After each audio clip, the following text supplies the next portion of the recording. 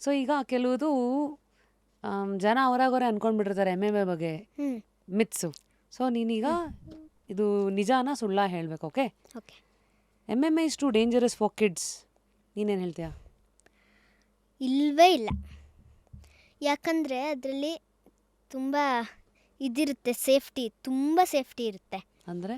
ಅಂದರೆ ಈಗ ಏನಾದ್ರು ರೆಫ್ರಿಗಳಿರುತ್ತೆ.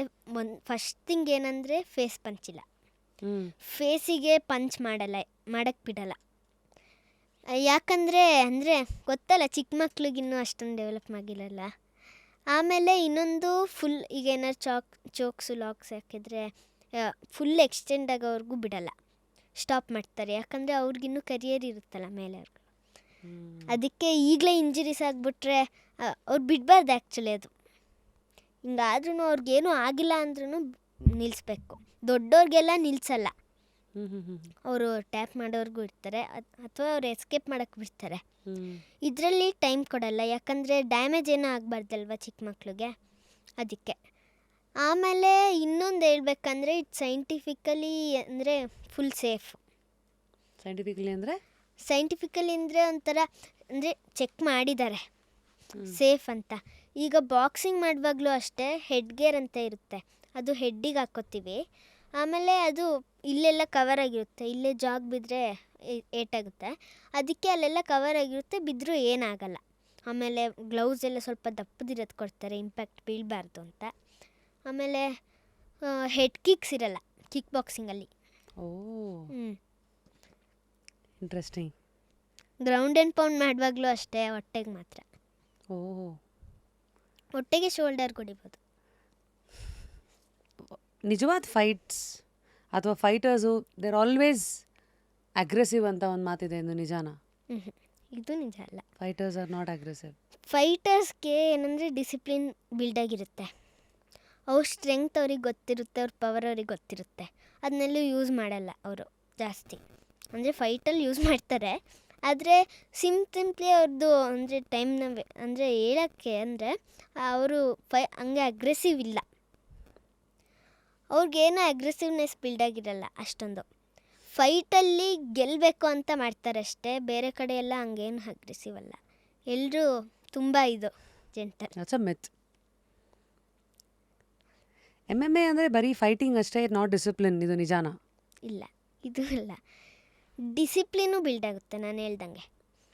ಡಿಸಿಪ್ಲಿನು, ಕಾನ್ಫಿಡೆನ್ಸ್ ಎಲ್ಲ ಬಿಲ್ಡ್ ಆಗುತ್ತೆ. ಅದಿದ್ರೇನೆ MMA ಹೋಲಿಸ್ಟಿಕ್ ಆಗಿ ಬೆಳೆಯೋದು. ಹೌದು, ಅಂದರೆ ಅದು ಇದರಿಂದನೇ ಬರುತ್ತೆ.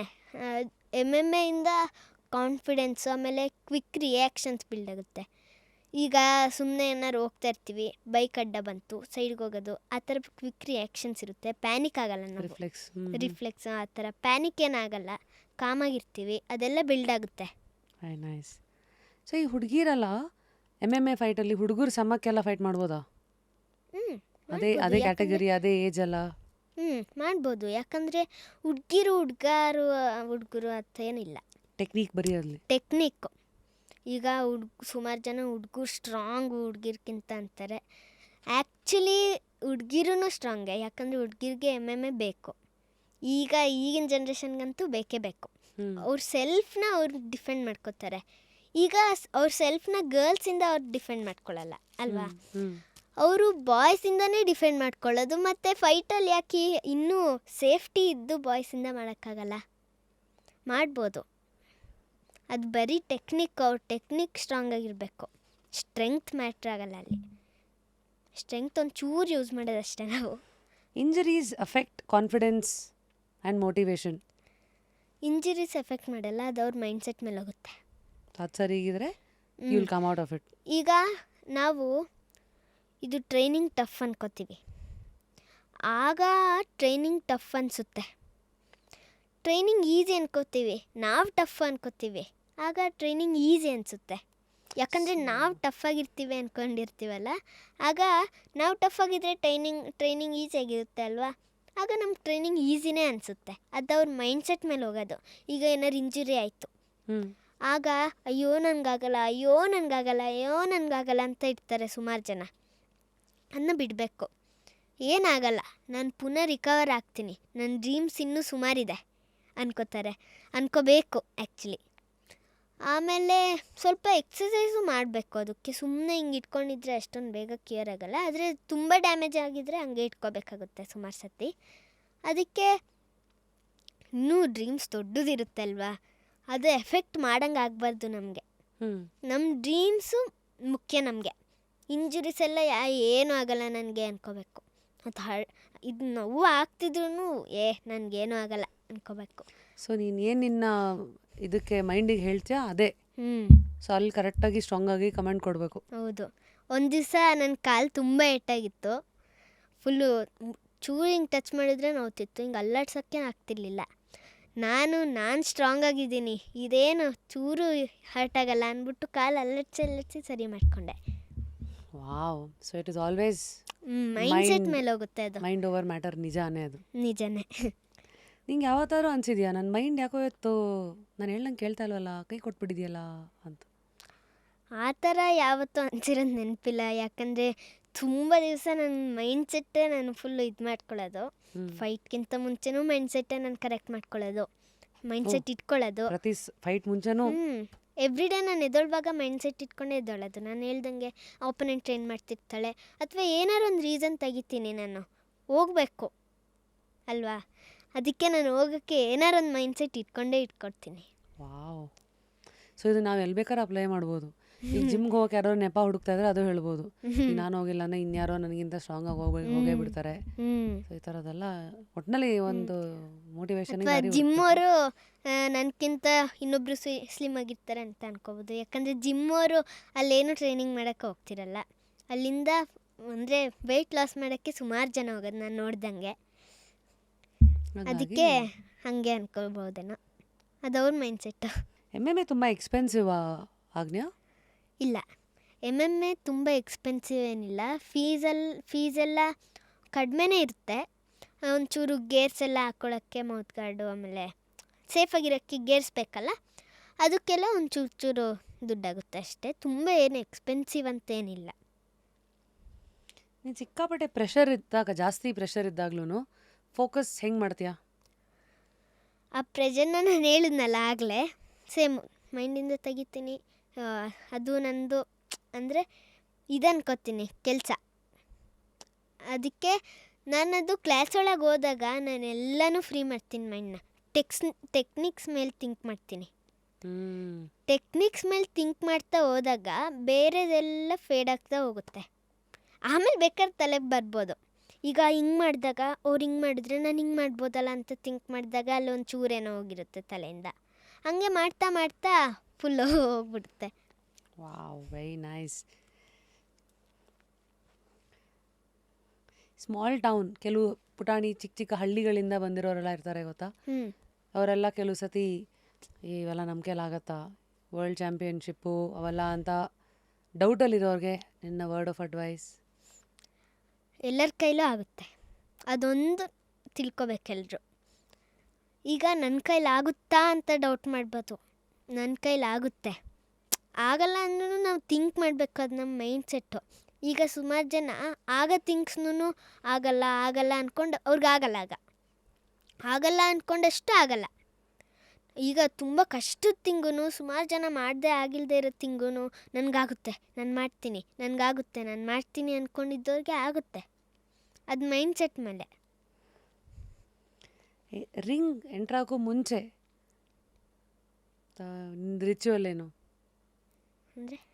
ಅಂದರೆ ಒಳಗೆ ಹೋಗೋಕ್ಕಿಂತ ಮುಂಚೆ ಕೆಲವ್ರಿಗೆ ಯಾವುದೋ ಫೇವ್ರೆಟ್ ಟಿ ಶರ್ಟ್ ಹಾಕ್ಕೊತಾರೆ, ಅಥವಾ ಅವ್ರ ಫೇವ್ರೆಟ್ ಯಾವುದೋ ಯಂತ್ರ ಹಾಕೋತಾರೆ, ಫೇವ್ರೆಟ್ ಸಾಕ್ಸು, ಅಥವಾ ಹಿಂಗೆ ಅಂದ್ಕೊಳ್ತಾರೆ, ಅಥವಾ ಏನೋ ಒಂದಿರುತ್ತೆ ಕಂಡೀಷ್ನಿಂಗು. ಫೈಟ್ಗಿಂತ ಮುಂಚೆ ಏನೂ ಇರಲ್ಲ. ರಿಂಗ್ ಒಳಗೆ ಹೋಗೋಕ್ಕಿಂತ ಮುಂಚೆ ನಿಂದೇನಿಲ್ಲ? ನಾನು ಸುಮ್ಮನೆ ರಿಂಗ್ನ ಹಿಂಗೆ ಮುಟ್ಟೋದು, ಫುಲ್ಲು ರಿಂಗ್ ಇಡೀ ಒಂಚೂರು ವಾರ್ಮ್ ಅಪ್ ಮಾಡೋದು, ಅದೆಲ್ಲ ಮಾಮೂಲಿ ಫೈಟರ್ಸ್ ಎಲ್ಲರೂ ಮಾಡ್ತಾರೆ. Same normal. MMA ಬರೀ ಹುಡುಗಿರಿಗಲ್ಲ, ಬಾಯ್ಸಿಗೆ ಮಾತ್ರ ಅಂತ ಯೋಚನೆ ಮಾಡೋ ಹುಡುಗಿರಿಗೆ ನಿನ್ನ ಅಡ್ವೈಸ್? ಗರ್ಲ್ಸು ಮಾಡ್ಬೋದು, ಯಾರು ಬೇಕಾದ್ರೆ ಮಾಡ್ಬೋದು, ಮ್ಯಾಟ್ರಾಗಲ್ಲ. So don't. ಈಗ ಎಷ್ಟೇ ಕಿಂಗ್ಸ್ ಬಂದಿರ್ತಾರೆ, ಆದರೆ ನಾವು ಒಬ್ಬೊಬ್ಬನ ಮರಿತೀವ? ಈಗ ಸುಮಾರು ಕಿಂಗ್ಸ್ಗಳು ಬಂದಿರ್ತಾರೆ, ಹೋಗಿರ್ತಾರೆ, ಅವ್ರನ್ನೆಲ್ಲನೂ ಒಂದು ಚೂರು ಮರ್ತೋಗಿರ್ತೀವಿ ನಾವು. ಆದರೆ ಓಬವ್ವನಂತೂ ಮರೆಯೋದೇ ಇಲ್ಲ. ಯಾಕಂದರೆ ವುಮೆನ್ನು ಹಂಗೆ ಫೈಟ್ ಮಾಡಿರೋದು. ಅವತ್ತಿನ ಕಾಲಕ್ಕೆ ಅದು. ಅವತ್ತಿನ ಕಾಲಕ್ಕೆ ಅದು ಕಿಲ್ಲಿಂಗೆ ಅದು ವಾವ್. ಫುಲ್ಲು. ಈಗೆಲ್ಲ ತುಂಬ ಸೇಫ್ಟಿ ಬಿಲ್ದಾಗಿದೆ, ಆದ್ರೂ ನಾವು ಡೌಟ್ ಮಾಡಬಾರ್ದು. ಆಗಿನ ಕಾಲದ ಥಿಂಕ್ ಮಾಡಬೇಕಾಗ ಅವ್ರಿಗೇನು ಸೇಫ್ಟಿನೇ ಇರಲಿಲ್ಲ. ಈಗ ನಮಗೆ ಸೇಫ್ಟಿ ಇದೆ, ನಾವು ಮಾಡ್ಬೋದು, ನೆಕ್ಸ್ಟ್ ಜನ್ರೇಷನ್ನ ಬೆಳೆಸ್ಬೋದು. ಲಾಸ್ಟ್ಲಿ ನಿನಗೆ MMA ಸದ್ಯದ 10 ವರ್ಷ ಅಲ್ವಾ ನಿನಗೆ? 10 ವರ್ಷದ ಲೈಫಲ್ಲಿ ನಿನಗೆ ಹೇಳ್ಕೊಟ್ಟಿರೋ ಪಾಠ ಏನು? 3 things MMA has taught you for life. Mind toughness, ಆಮೇಲೆ mind set toughness, mind set ಎಲ್ಲ ಇಟ್ಕೊಳ್ಳೋದೆಲ್ಲ ಹೇಳ್ಕೊಟ್ಟಿದೆ. Discipline ಹೇಳ್ಕೊಟ್ಟಿದೆ, confidence ಹೇಳ್ಕೊಟ್ಟಿದೆ. ಡಿಸಿಪ್ಲಿನಲ್ಲಿ ಸಿಕ್ಕಾಪಟ್ಟೆ ಕಷ್ಟಪಡ್ತಾರೋರಿಗೆ ನಿನ್ನ ಅಡ್ವೈಸ್ ಏನು? ಈಗ ಮಾಡಬೇಕು ಅಂತ ಅನ್ಕೊತಾರೆ, ಏನಾದರೂ ಒಂದು ಬಂದು ಟೂಸಾಗ್ಬಿಡ್ತಾರೆ. ನನಗೆ ಗೊತ್ತಿರಂಗೆ MMA ಇಂದನೇ ಅದು ಬಿಲ್ಡ್ ಆಗುತ್ತೆ. ಯಾಕಂದರೆ MMA ಸ್ಪೋರ್ಟ್ ಆ ಥರ ಇದೆ, ಡಿಸಿಪ್ಲಿನ್ದಾಗಿರ್ತಾರೆ. ಅದೊಂಥರ ಹೇಳ್ಬೇಕಂದ್ರೆ ಆ್ಯಕ್ಚುಲಿ ಡಿಸಿಪ್ಲಿನ್ ಸ್ಪೋರ್ಟ್ ಅಂತಲೂ ಹೇಳ್ಬೋದೇನೋ. ಅದಕ್ಕೆ ಅದು ಡಿಸಿಪ್ಲಿನ್ನು, ಡಿಸಿಪ್ಲಿನ್ ಬರುತ್ತೆ, ಕಾನ್ಫಿಡೆನ್ಸು ಮತ್ತು ಮೈಂಡ್ ಟಫ್ನೆಸ್. ಸೊ ನಿನ್ನ ನೆಕ್ಸ್ಟ್ 3 ಡ್ರೀಮ್ಸ್ ಏನು ಆಜ್ಞಾ? ನೆಕ್ಸ್ಟ್ 3 ಡ್ರೀಮ್ಸು ಎಷ್ಟಾಗುತ್ತೆ ಅಷ್ಟು ಮೆಡಲ್ಸ್ ಗೆಲ್ಲೋದು ಇಂಡಿಯಾಗೆ. ಆಮೇಲೆ pound for pound number 1 world champion ಆಗೋದು UFC. ಆಮೇಲೆ ನಾನು ದೊಡ್ಡೋಳಾದ್ಮೇಲೆ ನಾನು ಕೋಚೆಲ್ಲ ಆಗಿರ್ತೀನಲ್ಲ, ಆಗ ಈ ಸ್ಪೋರ್ಟ್ಸ್ನ ಬೆಳೆಸೋದು, ಸುಮಾರು ಗರ್ಲ್ಸ್ ಫೈಟರ್ಸ್ನ ತರೋದು. ಈ MMA ಇಂಡಿಯಾದಲ್ಲಿ ಬೆಳಿಬೇಕು, ಅದು ನಂದು ಸೆಕೆಂಡ್ ಡ್ರೀಮ್ ಅಂತ ಅನ್ಕೋಬೋದು ನಾನು. MMA ಈಗ ಸುಮಾರು ಇಂಡಿಯಾದವ್ರಿಗೆ ಸುಮಾರು ಜನಕ್ಕೆ ಗೊತ್ತಿಲ್ಲ. ನಮ್ಮ ಮನೆ ಹತ್ರ ಎಲ್ಲ MMA ಅಂದರೆ ಏನು ಅಂತ ಕೇಳ್ತಾರೆ. ಅದಕ್ಕೆ ನೆಕ್ಸ್ಟು ನಂದು ಇನ್ನೊಂದು ಡ್ರೀಮ್ ಏನಂದರೆ MMA ಎಲ್ರಿಗೂ ಗೊತ್ತಿರಬೇಕು ಅಂತ, ಆಮೇಲೆ ಗರ್ಲ್ಸ್ ಫೈಟರ್ಸು ಇರಬೇಕು ಅಂತ, ಆ ಥರ ನಂದು. ಸೊ ಇವಾಗ 2025 ಎಂಡಲ್ಲಿ ಶೂಟ್ ಮಾಡಿದ್ದೀವಿ. ಸೊ ನಂಗೊಂದು ಮಾತು ಕೊಡ್ತೀಯಾ? ಮತ್ತೆ 2045 ಆಗೋ ಹೊತ್ತಿಗೆ ಮತ್ತೆ ಇದನ್ನು ನೋಡ್ತೀಯಾ ನೀನು? ಇದೇ ಇಂಟರ್ವ್ಯೂನ ನೀನು ಮತ್ತೆ ಹೋಗಿ ನೋಡಬೇಕು. ಸರಿ. ಅವತ್ತಿನ ದಿವಸ ನೀನು 20 ಇಯರ್ಸ್ ಆಗಿರ್ತೀಯ, ಇನ್ನು ನಿಂಗೆ 30 ಇಯರ್ಸ್ ಆಗಿರುತ್ತೆ ಅವತ್ತಿಗೆ. ಸೊ ಅವತ್ತು ನೋಡೋಣ. You should watch this interview and hopefully it will be a nice thing to see yourself 10 ವರ್ಷದಲ್ಲಿದ್ದಾಗ ಹಿಂಗೆಲ್ಲ ಮಾತಾಡಿದ್ದೆ ಅಂತ ಖುಷಿ ಆಗುತ್ತೆ.